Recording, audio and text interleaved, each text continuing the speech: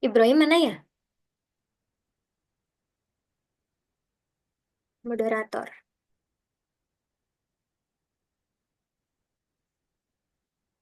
Oke, Bismillahirrahmanirrahim. Assalamualaikum warahmatullahi wabarakatuh. Di sini kami dari kelompok 5 ingin menyampaikan hasil dari studi kasus kita yaitu dengan judul Bahaya dan Manfaat Obat. Di sini saya Ibrahim, NRP 542-062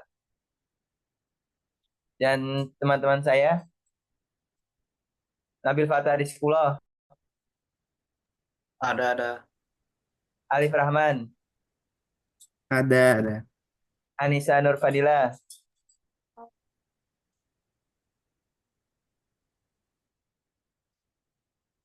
Anissa, Nggak denger tah? ada Lutfi Yasin Siregar, Ada. Muhammad Fazel, Ada. Nasyah Sabita, Ada. Naila Ramadhani, Ada. Nauren Aisyah, Ada. Ricky Samuel, Ada. Steven, Ada. Wirabayu. Hadir, hadir, hadir. Oke, itu teman-teman kita. Terus bisa lanjut ke slide pertama yang akan disampaikan oleh Wirabayu. Oke, terima kasih Ibrahim atas waktu dan tempatnya. Mungkin saya akan menjelaskan untuk bab pertama, yaitu tentang pendahuluan dari bahaya dan manfaat obat-obatan. Yang pertama itu latar belakangnya. Obat-obatan itu memainkan peran penting dalam bidang medis atau kesehatan dan biasa digunakan untuk mengobati berbagai macam penyakit, mengurangi gejala dan bahkan mencegah kondisi tertentu. Meskipun memberi manfaat, penggunaan obat juga mengandung potensi risiko yang perlu diperhatikan. Salah satunya risiko utama adalah efek samping yang bisa muncul dari obat tersebut yang dapat mempengaruhi kesehatan tubuh dan mental seseorang. Efek samping ini bisa terjadi karena interaksi obat, dosis yang kurang tepat atau berlebihan, atau penggunaan obat yang tidak sesuai dengan kondisi pasien. Next. Namun, jika digunakan dengan benar, obat memiliki manfaat besar untuk meningkatkan kualitas hidup dan bahkan menyelamatkan nyawa seseorang. Penggunaan obat yang sesuai dengan indikasi medis dan dosis yang tepat dapat mempercepat proses penyembuhan dan mengembalikan fungsi tubuh yang terganggu akibat penyakit. Penggunaan obat yang tepat memberikan hasil terapi yang maksimal, tetapi jika digunakan secara tidak tepat atau tidak benar, dapat berdampak buruk pada kesehatan. Ini menunjukkan bahwasannya pengawasan yang cermat dan tepat dalam penggunaan obat sangat penting untuk meminimalkan bahaya dan memaksimalkan manfaat yang ada. Next. Berikutnya rumusan masalah. Adapun rumusan masalah yang diperoleh dari bahaya dan manfaat obat diantaranya adalah keuntungan yang diberikan oleh obat-obatan dalam bidang medis, serta bagaimana obat dapat berperan dalam pengobatan dan pencegahan penyakit. Terus potensi resiko atau efek samping yang dapat muncul akibat penggunaan obat yang tidak sesuai atau penyalahgunaan obat. Dan bagaimana cara penggunaan obat yang tepat dapat mengoptimalkan manfaat dan resiko bahayanya pengurangannya. Faktor-faktor apa aja yang dapat mempengaruhi terjadinya interaksi obat yang berpotensi menimbulkan efek samping atau dampak negatif pada pasien? Dan bagaimana pengawasan dan peraturan terkait penggunaan obat dapat mengurangi potensi resiko dan meningkatkan manfaat obat bagi masyarakat umum? Dan tujuannya adalah untuk menguraikan berbagai manfaat yang diberikan oleh obat-obatan dalam bidang medis, serta perannya dalam pengobatan dan pencegahan penyakit, mengidentifikasi potensi bahaya dan efek samping yang mungkin terjadi akibat penggunaan obat yang salah atau penyalahgunaan obat-obatan, menganalisis cara-cara yang dapat dilakukan untuk memaksimalkan manfaat obat dan mengurangi risikonya bagi kesehatan melalui penggunaan yang tepat, serta mengkaji faktor-faktor yang dapat memicu terjadinya interaksi obat yang berpotensi menimbulkan efek samping atau dampak negatif bagi pasien. Sekian dari saya. Baik, untuk bab 2 tinjauan pustaka yang pertama ada sejarah penggunaan obat.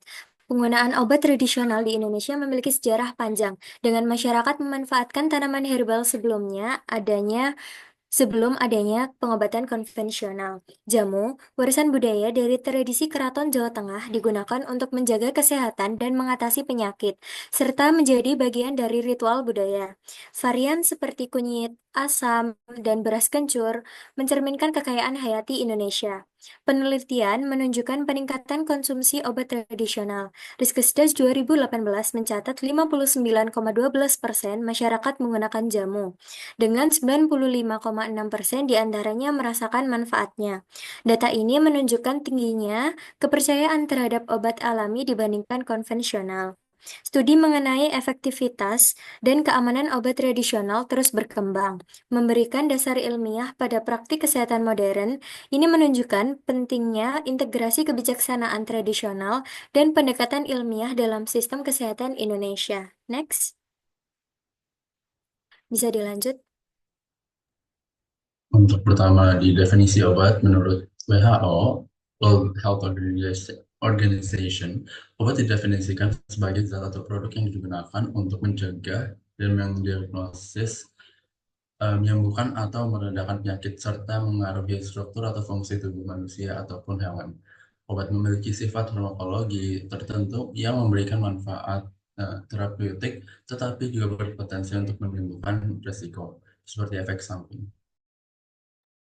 Selanjutnya ada perbedaan obat tradisional dan modern.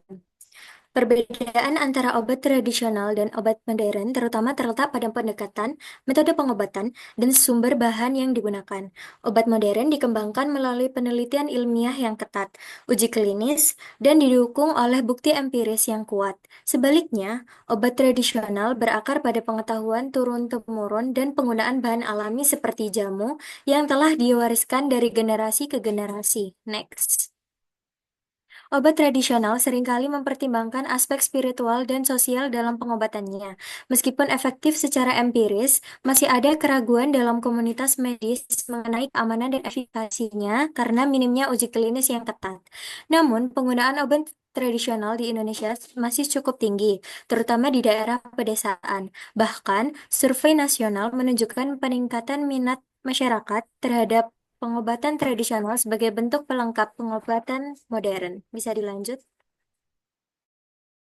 Kemudian terdapat klasifikasi obat. Secara singkatnya, klasifikasi obat merujuk pada pengelompokan obat berdasarkan berbagai karakteristik seperti mekanisme aksi, jalur eliminasi, atau interaksi farmakokinetik.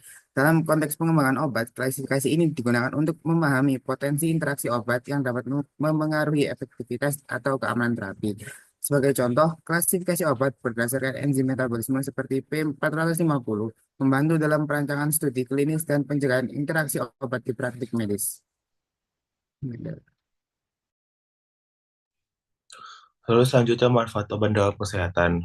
Obat adalah zat yang digunakan untuk diagnosis, mengurangi rasa sakit, serta mengobati atau mencegah penyakit pada manusia atau hewan.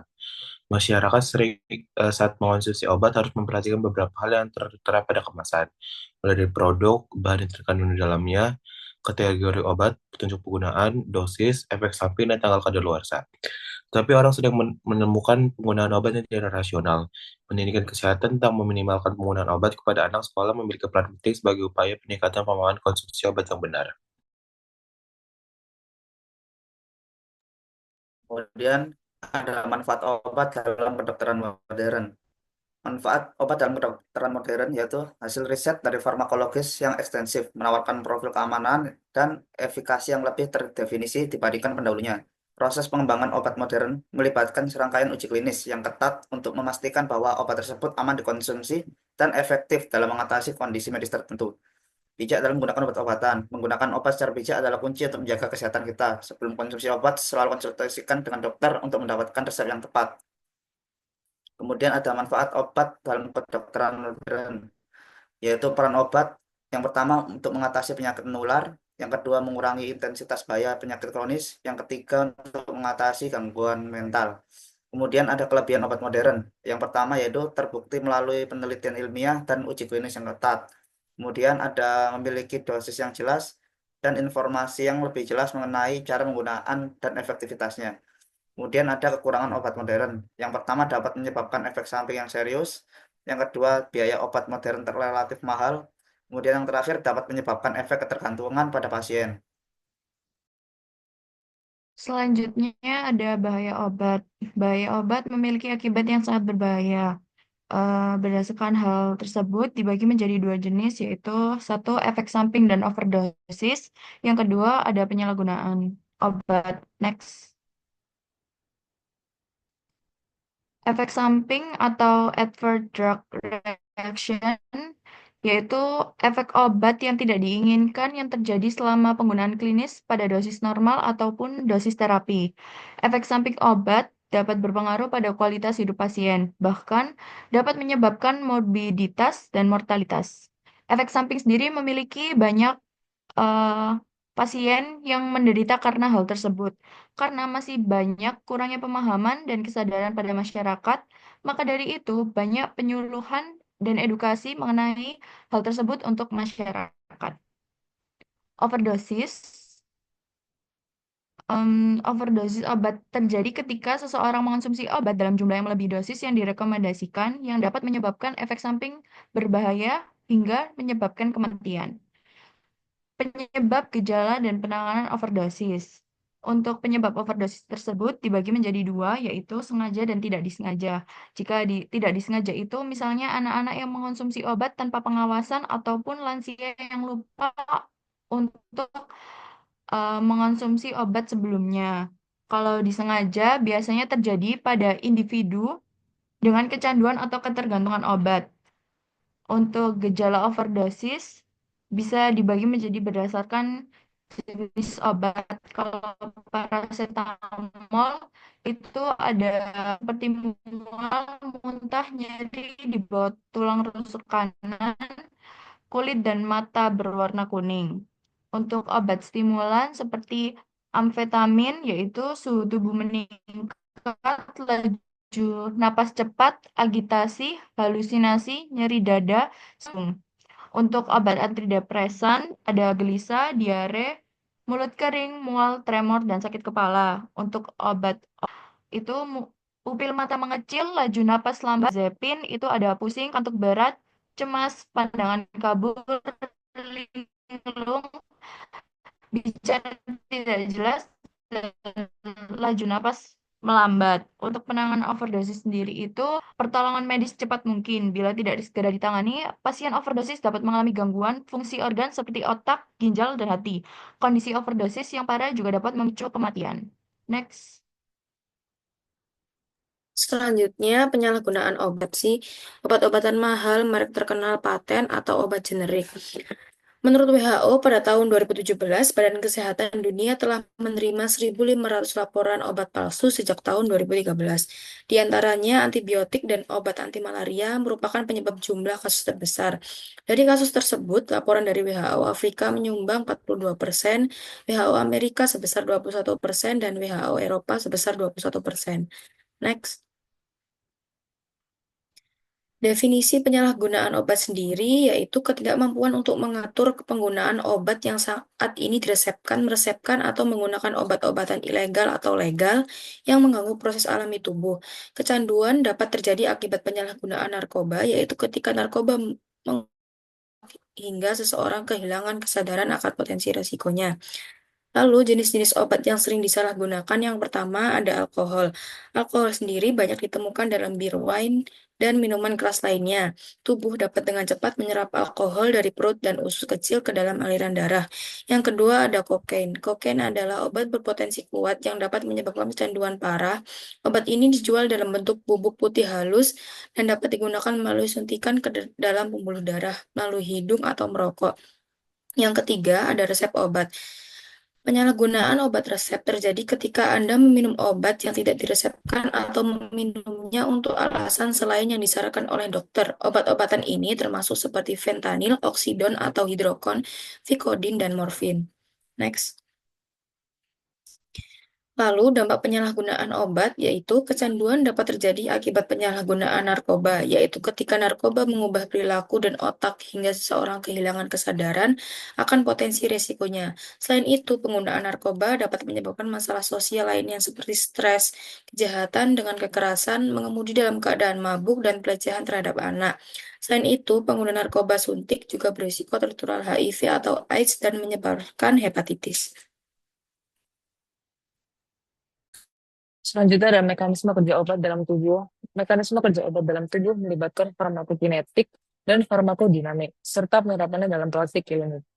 Farmakokinetik mencakup proses absorpsi, distribusi, metabolisme, dan ekspresi, yang menentukan perjalanan dan konsentrasi obat dalam tubuh. Sementara itu, farmakodinamik menjelaskan bagaimana obat berinteraksi dengan reseptor target untuk menghasilkan efek farmakologis, baik sebagai agonis maupun antagonis. Pemahaman menyeluruh tentang mekanisme ini memungkinkan praktisi medis mengoptimalkan pemberian obat, mulai dari pemilihan dosis, jalur pemberian, hingga jadwal terapi, untuk mencapai efektivitas maksimal sekaligus meminimalkan efek samping.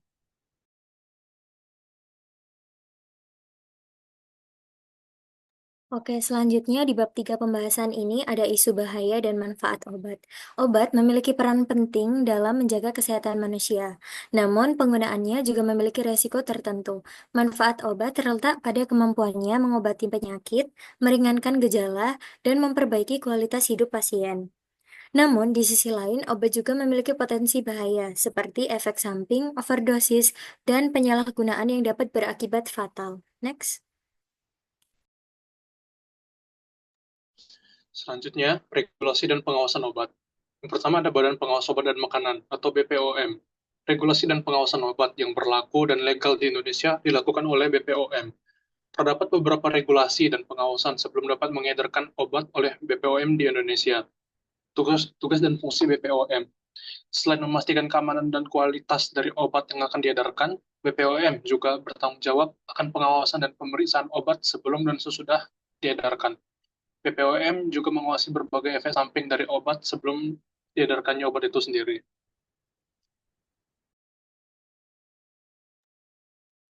Oke, selanjutnya ada peran teknologi dalam pengembangan obat. Yang pertama itu penemu obat. Teknologi memainkan peran penting dalam seluruh proses pengembangan obat. Dalam penemuan obat, teknologi seperti high throughput screening memungkinkan peneliti menguji ribuan nyawa dalam waktu singkat untuk menemukan kandidat obat potensial. Sementara, model komputasi mempercepat prediksi interaksi obat dengan target biologis. Selanjutnya itu ada produksi obat. Dalam produksi, teknologi otomatisasi dan robotika meningkatkan efisiensi, konsistensi, dan mengurangi kesalahan manusia dan mempercepat proses pembuatan obat. Selanjutnya yaitu ada distribusi obat. Untuk distribusi, sistem manajemen rantai pasokan berbasis teknologi informasi memastikan obat didistribusi secara efisien dan aman, serta mengurangi risiko pemalsuan dan menjaga kualitas. Selanjutnya, kolaborasi global. Teknologi juga memfasilitasi kolaborasi global melalui platform digital, mempercepat kerjasama internasional dalam riset dan pengembangan obat, seperti yang terlihat dalam pengembangan COVID-19.